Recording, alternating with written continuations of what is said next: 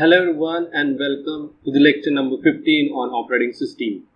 Today we are going to cover implementation of page table as well as we are going to see what kind of structure present in a page table. So let's start with our first topic. Next अभी हम लोग बात कर लेते हैं page table implementation की। किस तरह से पेज टेबल को हम लोग इम्प्लीमेंट कर सकते हैं। फर्स्ट ऑफ ऑल हमें सब पता होना चाहिए कि हमारा जो पेज टेबल है ये पेज टेबल कहाँ पे स्टोर होता है। तो हमारा जो पेज टेबल है ये पेज टेबल हमारे मेन मेमोरी के अंदर ही स्टोर्ड होता है, यानी कि आपका पेज टेबल आपके रैम मेमोरी में ही स्टोर्ड होता है। अब रैम मेमोरी से अगर कोई डेटा आपको एक्सेस करना है तो इस पेज टेबल को एक्सेस करने के लिए दो चीजें मेजरली यहाँ पे वर्क होती है, वो दोनों के दोनों रजिस्टर है।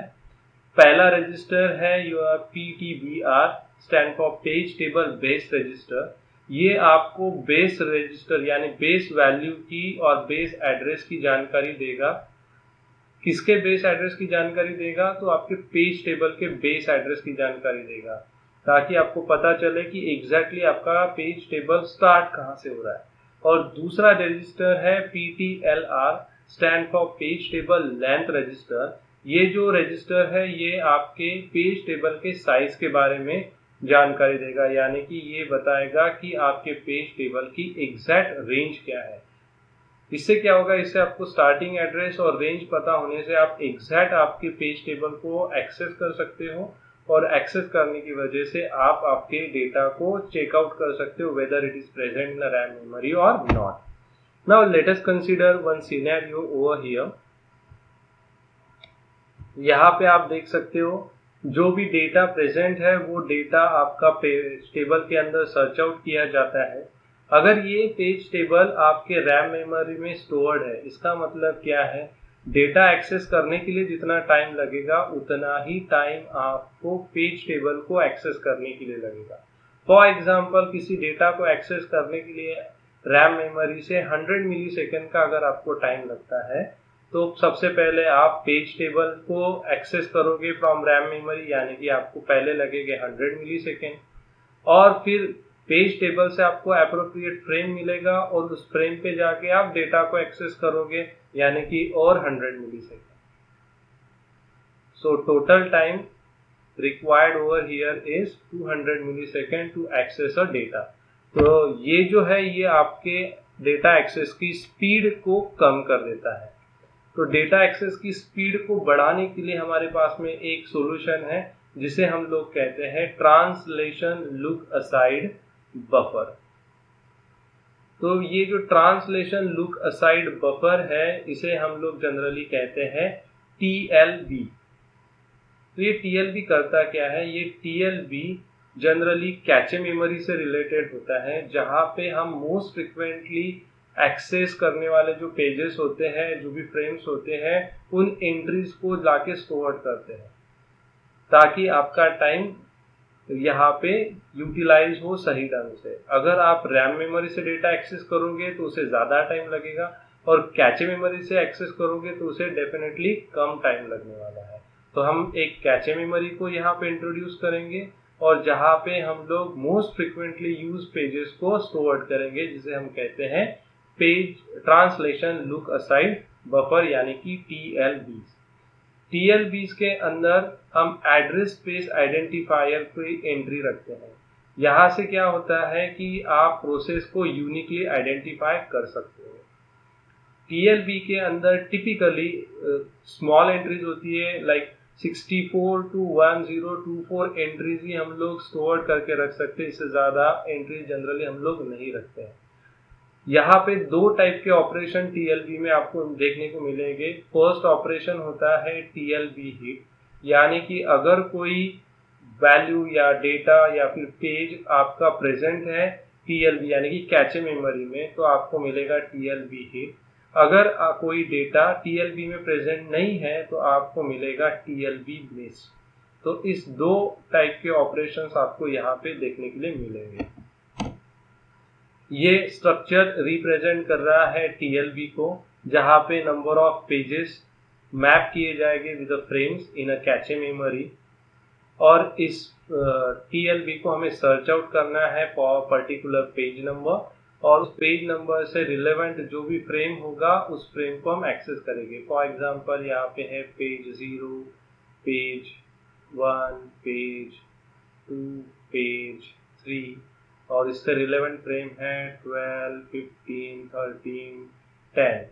तो आपको सर्च आउट करना पड़ेगा इस TLB के अंदर कि पेज 1 से रिलेवेंट फ्रेम क्या है। ये जो फ्रेम है, ये जैसे ही फ्रेम आपको एक्सेस हो जाएगी तो ऑपरेशन आएगा TLB hit.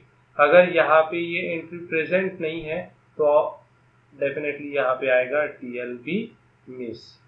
Once again, address is divided into two parts. One is your page number and another is your offset address.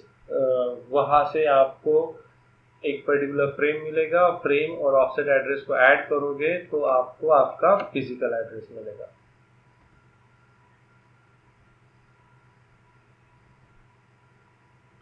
Now this diagram is represent how TLB is actually work. तो आप यहाँ पे देख सकते हो आपका CPU एक logical address generate करता है।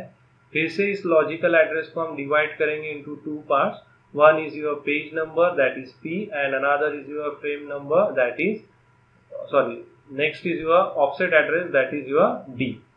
तो सबसे पहले हम लोग पेज नंबर को TLB के अंदर सर्च आउट करेंगे।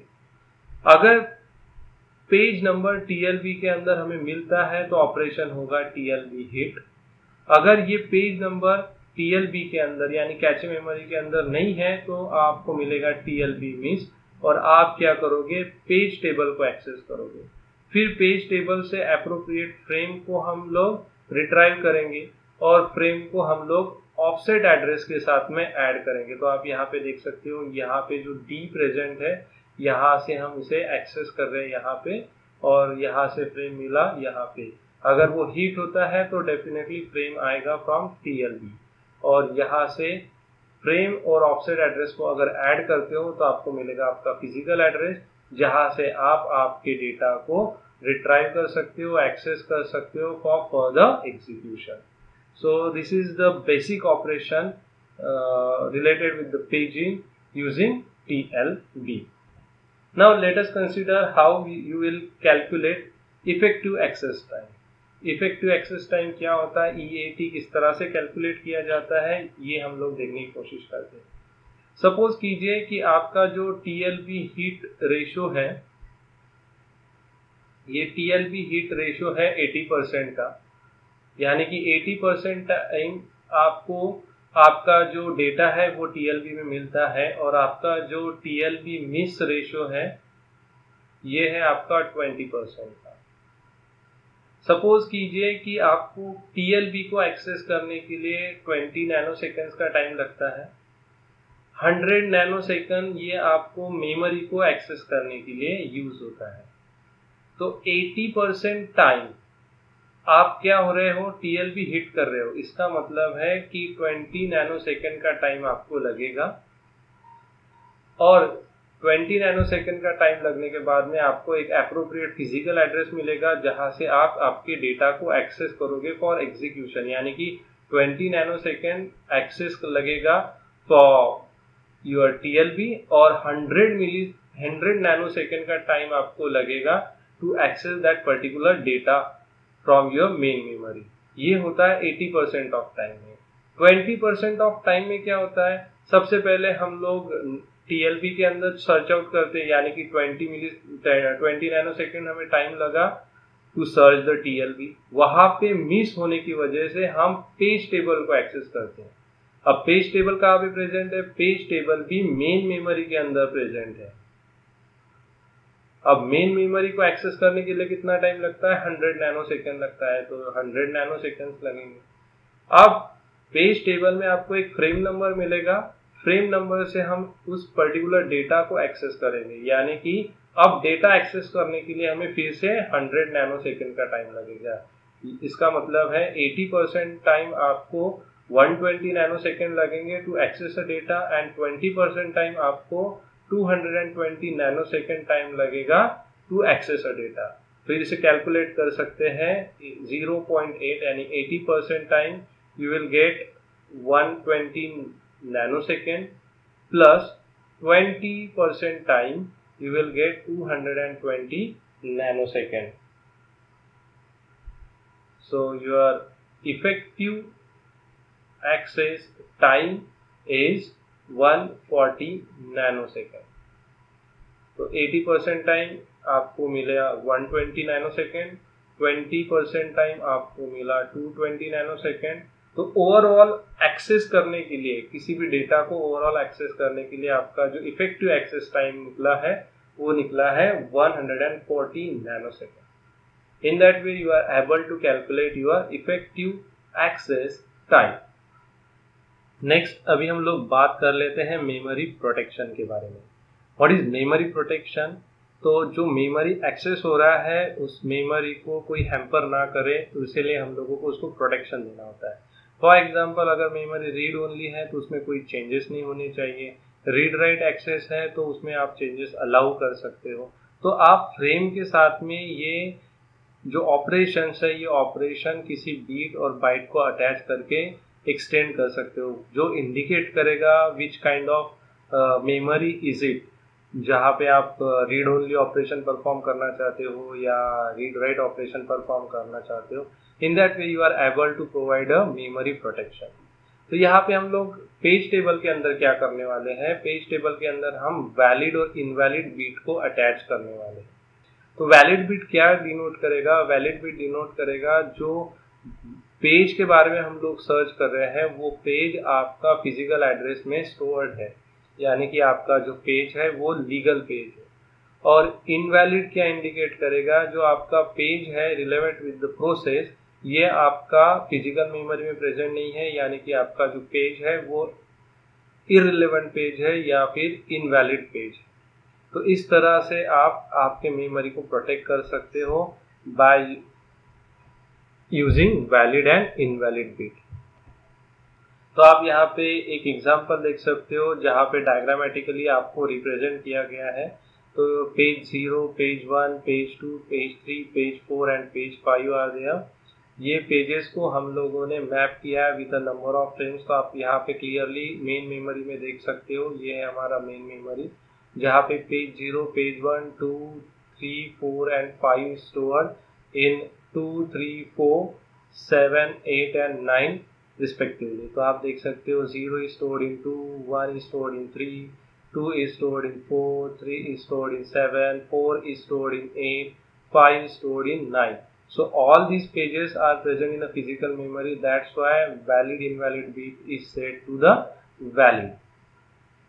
Similarly, page 6 and page 7 is not present in your main memory. That's why your frame is assigned as 0 and bit is assigned as a invalid. इसका मतलब होगा कि ये जो पेजेस आप एक्सेस करने की कोशिश कर रहे हो ये इनवैलिड है और ये आपके फिजिकल मेमोरी में प्रेजेंट नहीं है। इस तरह से आप आपके मेमोरी को प्रोटेक्शन प्रोवाइड कर सकते हो। Next is your shared pages.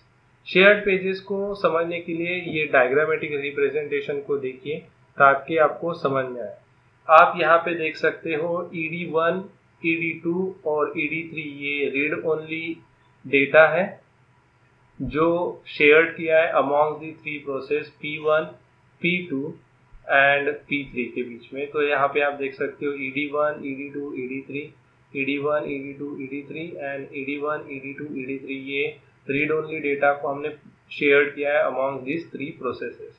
Where as data 1, data 2 and data 3 are the individual data relevant to that particular process। तो आप देख सकते हो डेटा 1 फ्रेम 1 में प्रेजेंट है, डेटा 3 फ्रेम 2 में प्रेजेंट है और डेटा 2 फ्रेम 7 में प्रेजेंट है।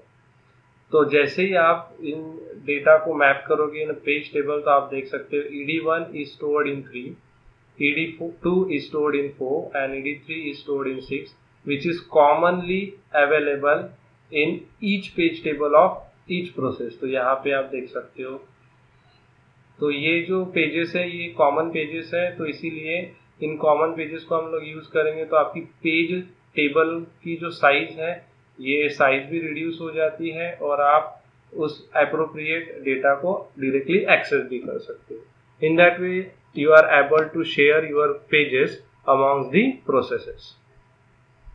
चलिए अब ये बात कर लेते हैं structure of page table. So there are three structures basically available.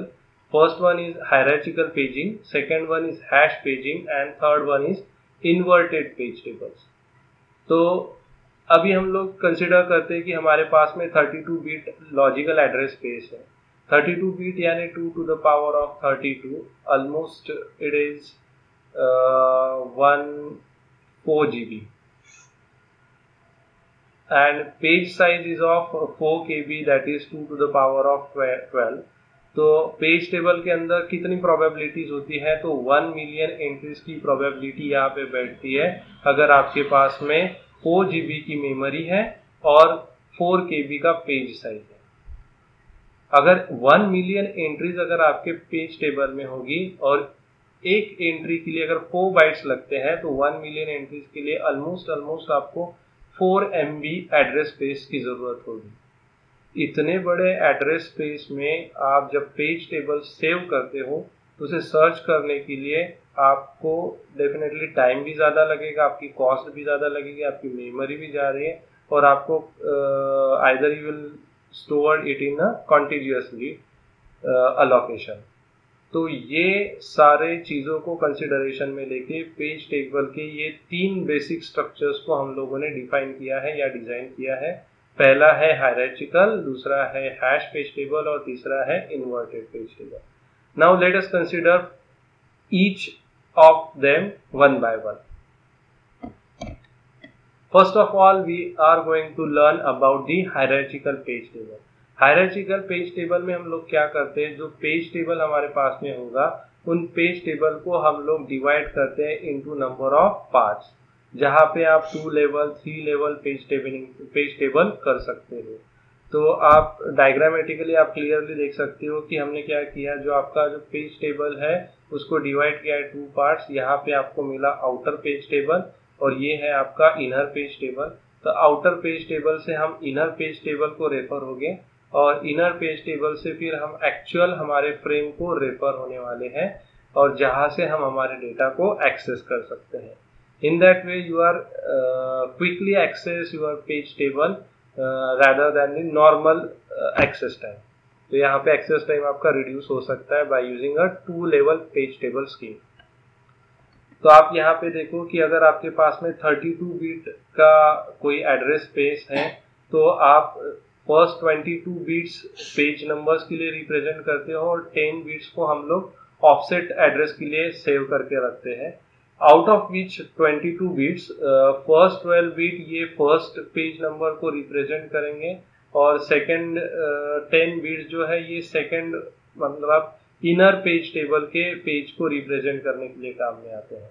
ये जो 10 बिट के ऑफसेट एड्रेस है ये कॉमन रहेगा. जब आपको फ्रेम नंबर मिलता है तो ये फ्रेम नंबर इसी ऑफसेट के साथ में ऐड होके आपको फिजिकल एड्रेस प्रोवाइड करेगा. Now this is the address translation scheme. तो ये है हमारा logical address which is divided into 2 parts P1, P2 and D. तो सबसे पहले P1 सर्च आउट किया जाएगा, वहाँ पे जो अप्रोप्रिएट वैल्यू मिलेगी वहाँ से हमें P2 को सर्च करना है. फिर उस पर्टिकुलर पेज टेबल में जब आपको P2 मिलेगा उस P2 से रिलेवेंट एक फ्रेम आपको मिलेगा. उस फ्रेम को अगर आप फेच करोगे और ऐड करोगे with your offset address then you will get your physical address. फिर से एक बार रिपीट कर देता हूँ, ये है आपका logical address which is divided into 3 parts P1, P2, D. P1 यानी कि पेज नंबर P1 यानी कि आपका page number 1 of outer page table. ये है आपका इनर पेज टेबल. तो P1 हमें आउटर पेज टेबल में सर्च करना है.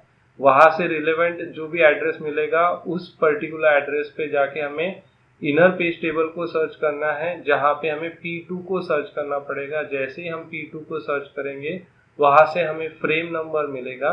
उस फ्रेम को अगर हम लोग ऑफसेट के साथ एड्रेस ऐड करते हैं तो आपको मिलेगा आपका फिजिकल एड्रेस, जिस फिजिकल एड्रेस का यूज करके आप हमारे डेटा को एक्सेस कर सकते हैं. ये है 3 लेवल पेजिंग स्कीम जहां पे हमने 64 बिट्स को यूज किया है. तो आप देख सकते हो 42 bits is reserve for outer page and 10 bits is reserve for inner page and 12 bits is reserve for offset address. तो अब हमने क्या किया कि आउटर पेज आपका बड़ा हो रहा था तो इसको डिवाइड किया इनटू 3 लेवल्स। तो आपको मिलेगा second outer page, then inner page and then offset. यानी कि आपको पहले सेकेंड आउटर को एक्सेस करना पड़ेगा, फिर वहां से आप आउटर को एक्सेस करोगे, फिर वहां से आप इनर पेज को एक्सेस करोगे। तो यहाँ पे आपको मिलेगा इनर पेज टेबल, ये होगा आपका आउटर पेज टेबल, और फिर outer page inner page table से आपको मिलेगा appropriate frame which is going to add with your offset address which generate your new physical address, जिसका यूज करके आप डेटा को एक्सेस कर सकते हो। Now next let's quickly talk about the hash page table, how this page table is going to be maintained over here and how this page table is going to be accessed by the system। तो यहाँ पे आप diagrammatical representation से ज़्यादा अच्छी तरह से समझ सकते हो कि हैश पेज टेबल किस तरह से वर्क करता है। CPU जो है आपका, ये CPU आपका लॉजिकल एड्रेस जनरेट करेगा which is divided into 2 parts, one is your page number and another is your offset address। तो पेज नंबर पे हम लोग हैश फंक्शन अप्लाई करेंगे। हैश फंक्शन से जो वैल्यू आएगी वो वैल्यू हम हैश टेबल में चेक करेंगे। उस हैश टेबल में उस वैल्यू से रिलेवेंट एक लिंक लिस्ट हमारे पास में प्रेजेंट होगा। यहाँ पे जो नोड होगा वो नोड 3 पार्ट्स में डिवाइड होता है। फर्स्ट आता है आपका पेज नंबर, दूसरा आता है आपका फ्रेम नंबर, और तीसरा आता है नेक्स्ट लिस्ट का एड्रेस या फिर नेक्स्ट नोड का एड्रेस। तो आप यहाँ पे देख सकते हो पेज नंबर, फ्रेम नंबर और एड्रेस ऑफ नेक्स्ट नोड। तो जैसे ही आप आपके पेज नंबर पे हैश फंक्शन अप्लाई करेंगे और उस हैश फंक्शन को हैश टेबल में सर्च करोगे, आपको लिंक लिस्ट मिलेगा। उस लिंक लिस्ट में आपको आपके पेज को सर्च करना है, यानी कि P को सर्च करना है। तो देखो P मैच हुआ क्या, नहीं, इसलिए नेक्स्ट एड्रेस पे जाओ। P मैच हुआ क्या, यस। जैसे P मैच होता है तो उससे रिलेवेंट जो फ्रेम होगा उस फ्रेम को हम एक्सेस करेंगे यहाँ पे और उसे ऐड करेंगे विथ योर ऑफसेट एड्रेस जो यहाँ पे कॉमन है। जैसे ही हम फ्रेम नंबर को ऑफसेट एड्रेस के साथ ऐड करेंगे हमें हमारा फिजिकल एड्रेस मिलेगा। इन दैट वे हम लोग हैश टेबल को, हैश फंक्शन को यूज कर सकते हैं इनटू द पेज टेबल, जिसका यूज करके हम मोर सिक्योर वे से हमारे फ्रेम्स को एक्सेस कर सकते हैं। So this is all about the hash page tables. Now at the last let's talk about inverted page table. Before that कि नॉर्मल पेज टेबल में क्या होता है पहले ये समझते हैं, फिर हम लोग इन्वर्टेड पेज टेबल पे जाएंगे। तो नॉर्मल पेज टेबल में क्या होगा कि अगर हमारे पास में 10 प्रोसेसेस है तो हर प्रोसेस के लिए अपना अपना इंडिविजुअल पेज टेबल होगा। तो 10 प्रोसेसेस के लिए 10 पेज टेबल होगी। हर एक पेज टेबल में उस प्रोसेस से रिलेवेंट जितने भी नंबर ऑफ पेजेस होंगे उनकी एंट्रीज मेंटेन की जाएगी। अब सपोज कीजिए कि ये 10 प्रोसेसेस हैं, इन 10 प्रोसेसेस में 5 पेजेस जो है वो कॉमनली यूज है। तो क्या होगा, इन 10 पेज टेबल के अंदर इन 5 कॉमन पेजेस की एंट्री रिपीटेडली एंटर की जाएगी, यानी कि इसे हम लोग मल्टीपल टाइम्स एंटर करेंगे इनटू दी 10 पेज टेबल। इससे क्या होगा, इससे आपकी फिजिकल मेमोरी ज़्यादा यूज में आ जाएगी और वेस्टेज ऑफ मेमोरी हो जाएगा। तो ये हो गया हमारे लिए प्रॉब्लम। तो ये प्रॉब्लम को सॉल्व कैसे करें, तो ये प्रॉब्लम को हम लोग सॉल्व कर सकते हैं by using inverted page table. तो इन्वर्टेड पेज टेबल में हम क्या करेंगे, rather than maintaining 10 different page table for 10 different processes, हम सिर्फ एक ही पेज टेबल को मेंटेन करेंगे। उस पेज टेबल के अंदर हम लोग प्रोसेस रिलेवेंट इंफॉर्मेशन को स्टोर करेंगे with associated with page number, और इस इंफॉर्मेशन को हम मेंटेन करने के बाद में एक्सेस करेंगे by using your page table. तो इसको समझने के लिए डायग्रामेटिक रिप्रेजेंटेशन को देख सकते हैं आप। तो CPU क्या करने वाला है, CPU आपका लॉजिकल एड्रेस जनरेट करने वाला है which contain page number and offset address with relevant with your process information। तो ये है प्रोसेस ID PID। अब ये जो कंबाइनली हमें मिल रहा है process ID and your page number, इसको हम सर्च करेंगे इनटू द पेज टेबल। तो जहाँ पे भी आपको ये सर्च मैच मिलेगा उसका जो डिस्प्लेसमेंट है यानी कि I की value, that I value is representing your frame number. तो इस I को हम लोग आपके ऑफसेट एड्रेस के साथ में ऐड करेंगे और आपको मिलेगा आपका physical address. And with the help of that physical address हम हमारे डेटा को या फिर प्रोसेस को पास कर सकते हैं CPU को फॉर फर्दर एग्जीक्यूशन। इससे क्या होगा, सिर्फ एक पेज टेबल मेंटेन होगा और जो मल्टीपल एंट्रीज हो रही थी उन एंट्रीज को हम लोग रोक सकते हैं। जिससे क्या होने वाला है, जिससे हमारी मेमोरी जो ज़्यादा यूज हो रही थी, वेस्ट हो रही थी, उस वेस्ट मेमोरी को हम लोग सेव करके रख सकते हैं।